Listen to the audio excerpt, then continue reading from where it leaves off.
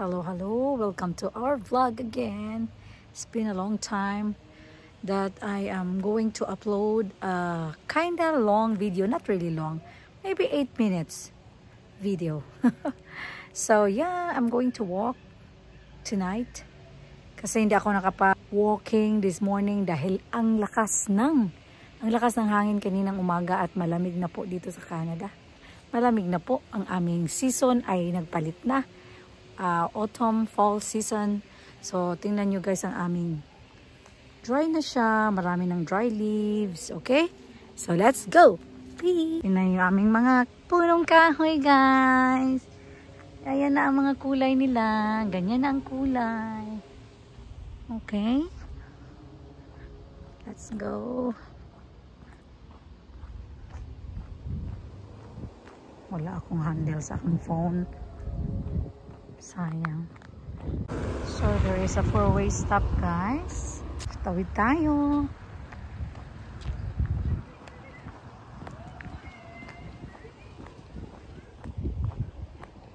Mga bata, masaya pa sila.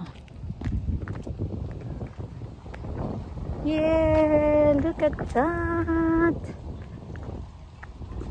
Maganda siya tingnan, pero madumi na po, guys. Kasi, silipara na ang mga dahon.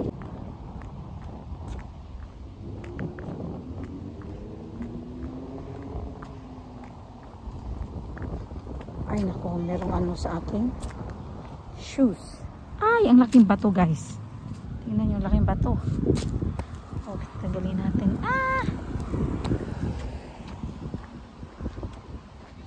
Oh, diba? Ang ganda. Tapos yung iba guys, lalagay sa garbage bag na may design na Halloween.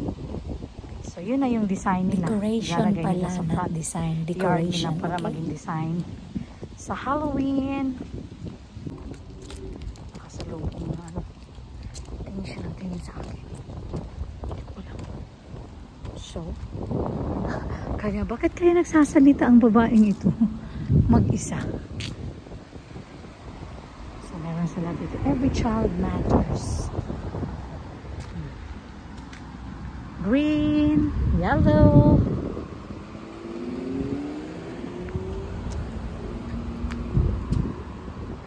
So, ito yung mga mailbox namin. So, dito nilalagay ang aming mga sulat, guys. Pero hindi amin yan, ha. Sa ibang zone yan. See, dahil nagka-hail-hail kami dito. Yan, maraming mga advertisement. Then, yung mga school namin, guys. Ayan, may mga playground. Mas malawak na play area.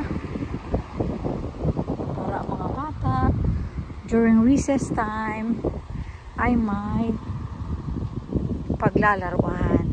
So, hindi sila maboboard. Diba? Kami pala ay magkakaroon ng election. So, local election, mayor, councilors. Kaya marami kaming mga signage dyan sa mga gilid-gilid. Dahil sa malapit na po ang election dito sa aming city. Ang ganda ng langit, oh.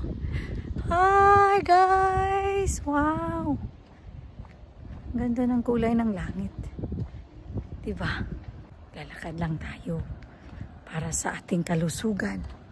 So, 30 minutes walking. Ikutin ko tong area namin dito.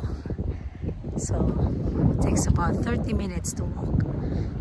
So, okay na sa akin guys ang 30 minutes.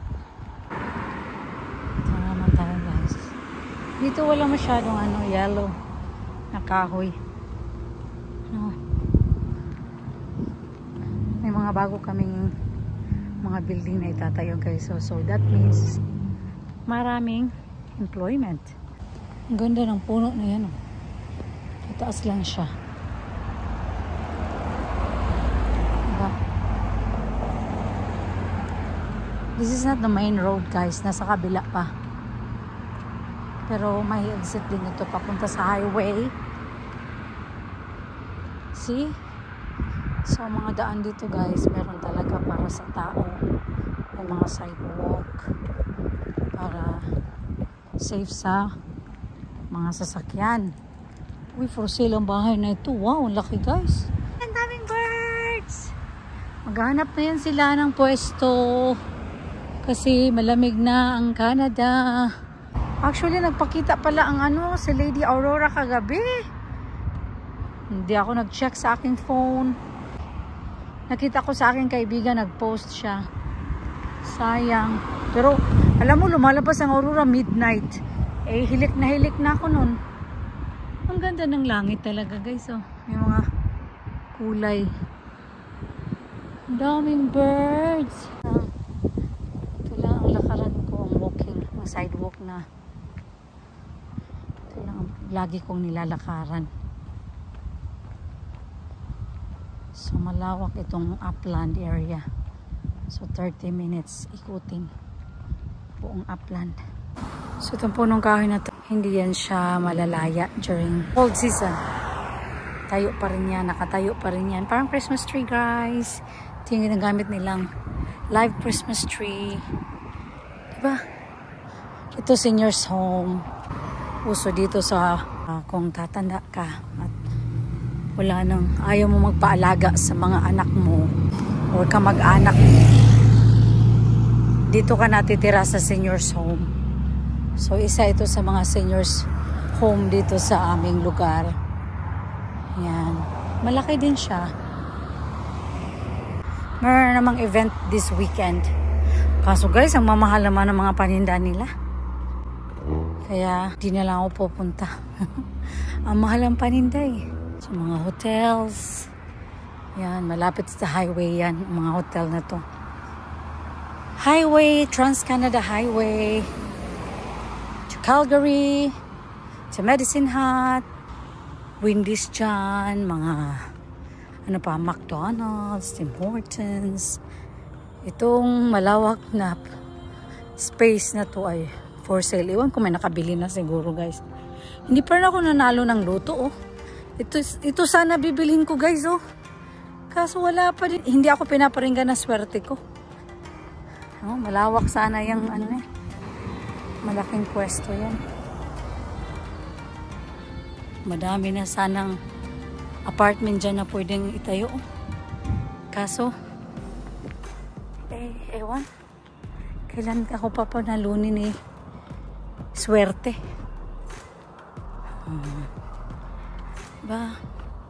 May bagong tayo na bahay doon. Ayan, hindi yan konkreto sa taas guys. Ang konkreto niyan sa baba sa basement.